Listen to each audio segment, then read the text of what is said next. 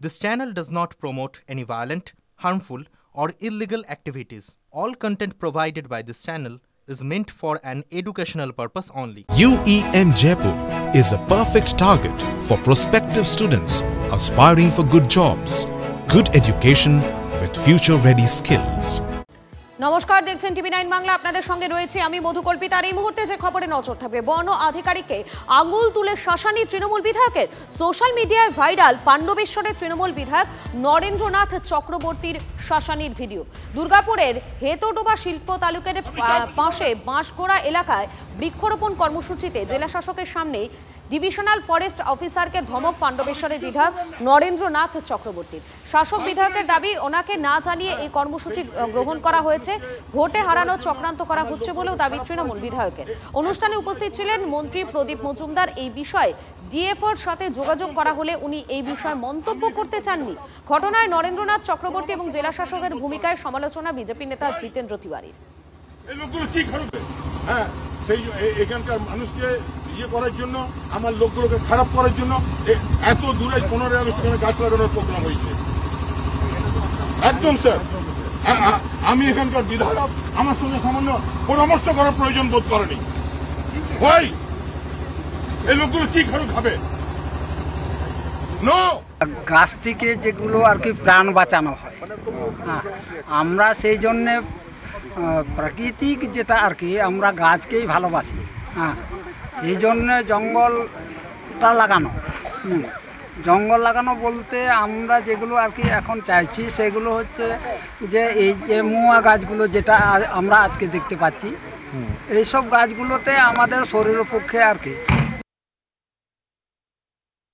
কিছু এখানে স্থানীয় মানুষদের কিছুটা দাবি আছে বলে, ওটা শুনতে হবে বলে, ওটা আমরা জানাবো।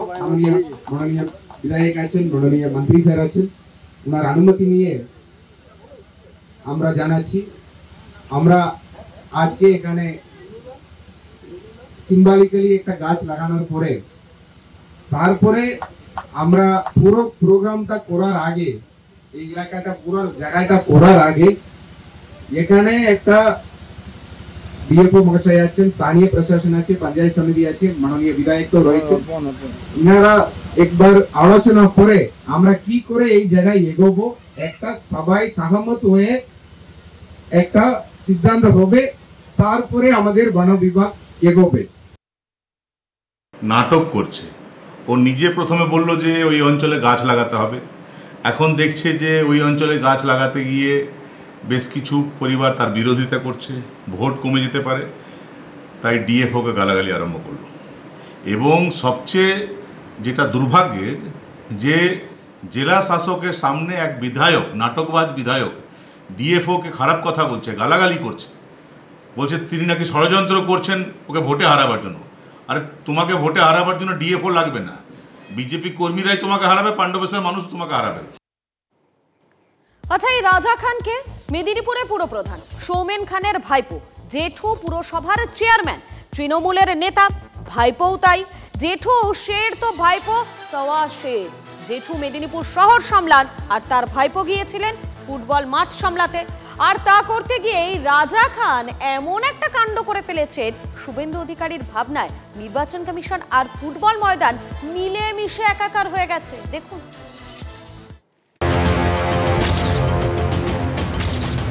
মেলালেন ইনি রাজা খান, মেদিনীপুর পুরসভার পুরপ্রধান সৌমেন খানের ভাইপো। খেলা হবে দিবস ঘিরে চারদিকে যখন হই হই কাণ্ড, রই ব্যাপার, ঠিক তখনই রেফারিকে লাথি মেরে দিয়েছেন রাজা। মেদিনীপুর স্কুলের মাঠে মুখোমুখি হয়েছিল স্থানীয় দুই ক্লাব, তার মধ্যে একটা ক্লাবের দণ্ডমুণ্ডের কর্তা রাজা খান।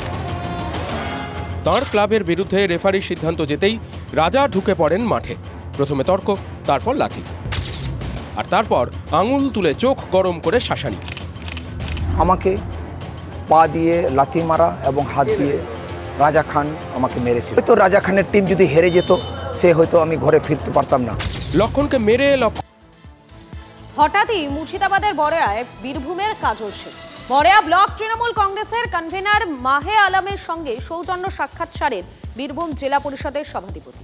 সৌজন্য সাক্ষাৎকার নাকি নতুন কোনো সমীকরণ? 21-এর বিধানসভা নির্বাচন থেকে কয়েক মাস আগে পর্যন্ত মুর্শিদাবাদের বড়াইয়ে দায়িত্বে ছিলেন অনুব্রত। তবে বর্তমানে অনুব্রতর হাতে সেই দায়িত্ব নেই।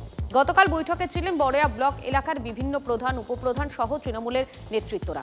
নিছকই সৌজন্য সাক্ষাৎ, দাবি কাজল শেখের। এসআইআর নিয়ে ভুল বোঝাচ্ছে শাসক দল, ফের তৃণমূলকে নিশানা সুকান্ত মজুমদারের। এসআইআর হবে, ভয় পাওয়ার কোনো কারণ নেই। ভারতীয় নাগরিকদের নাম বাদ যাবে না, মন্তব্য বালুরঘাটের সাংসদের। এসআইআর এর পাশাপাশি আসন্ন বিধানসভা নির্বাচন প্রসঙ্গে ইটাহারের তৃণমূল বিধায়ক মোশাররফ হোসেনকেও এক হাত নেন সুকান্ত। ইটাহারের তৃণমূল কর্মীরাই বিধায়কের উপর ক্ষুব্ধ। তোপ সুকান্তর, গত 5 বছর সাংসদ থেকে কোনো কাজ করেননি সুকান্ত, পাল্টা দাবি মোশাররফের। কিছুদিন আগে সুকান্ত মজুমদার অ্যাপ বলে একটি অ্যাপ আমি উদ্বোধন করেছি। সেই অ্যাপের মধ্য দিয়ে আমাদের এখানকার যারা কলেজে পড়া শিক্ষিত ছেলে আছে বা যারা কলেজ থেকে ডিগ্রি করেছে কিন্তু তারা চাকরির বাজারের জন্য বা চাকরির জন্য প্রস্তুত নয়, তারা ওই অ্যাপের মাধ্যমে অনলাইনে অর্থাৎ নিজের মোবাইলে নিজের বাড়িতে বসে বসে কোর্স করে আগামী দিনে বিভিন্ন যে বেসরকারি সংস্থার লোক নেয় অর্থাৎ কর্মসংস্থানের জন্য তারা উপযোগী হবে এবং সেই অ্যাপের মাধ্যমেই খোঁজ পাবে কোথায় কোন কাজের এক্সপার্ট চাওয়া হচ্ছে। হাস্যকর ব্যাপার, কারণ এর আগে টার্মে উনি সাংসদ ছিলেন, ইটাহারকে ভুলে গেছিলেন।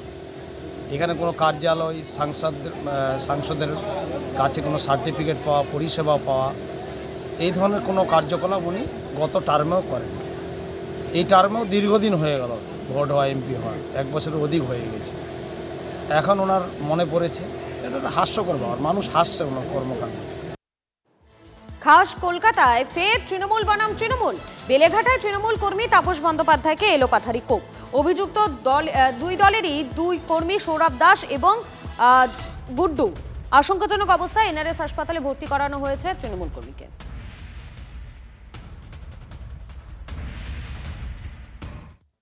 বেলেঘাটায় আক্রান্ত তৃণমূল কর্মী তাপস বন্দ্যোপাধ্যায়, তার পরিবারের তরফ থেকে যেটা দাবি করা হচ্ছে যে শুক্রবার রাত 11:30 নাগাদ কালীতলা বসলেন সেই এলাকাতে তিনি যখন তার বন্ধুদের সঙ্গে বসে গল্প করছিলেন, আচমকাই কিন্তু বেশ কিছু যুবক তারা এসে এই তাপস বন্দ্যোপাধ্যায়ের উপরে হামলা চালায়, এমনকি ধারালো অস্ত্র দিয়ে তার শরীরের বিভিন্ন জায়গাতে আঘাত করা হয়। আশঙ্কাজনক অবস্থায় এনআরএস হাসপাতালে নিয়ে আসার পর সেখানেই তিনি চিকিৎসাধীন রয়েছেন। তার শরীরে বেশ কিছু ইতিমধ্যেই সেলাই পড়েছে, এমনটাও কিন্তু আমরা জানতে পারছি। এর পেছনে একটা শাসক দলেরই গোষ্ঠীদ্বন্দ্ব কাজ করেছে এমনটাই তারা মনে করছেন। তবে এই ঘটনার পর তাপস বন্দ্যোপাধ্যায়ের পরিবারের যারা সদস্যরা রয়েছেন তারা কিন্তু রীতিমতো আতঙ্কগ্রস্ত। ইতিমধ্যেই তারা বেলেঘাটা থানাতে অভিযোগ দায়ের করেছে। পুলিশ সূত্রে যেটা খবর, সেই অভিযোগের ভিত্তিতে ঘটনার তদন্ত শুরু করেছে পুলিশ। ক্যামেরায় কুণালের সঙ্গে সুপ্রিয় গুহ, TV9 বাংলা।